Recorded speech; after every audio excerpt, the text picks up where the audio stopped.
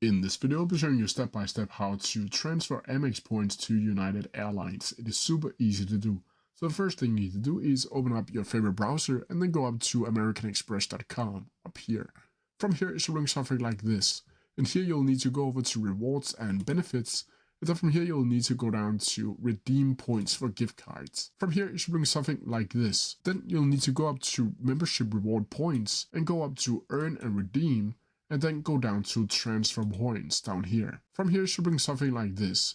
And now you'll just need to scroll down and see whether or not United Airlines is there. As of right now, it is not part of the American Express membership, but in the future it might be. And to do that, you'll simply need to click show details right under United Express and then click login to log in with your Amex account.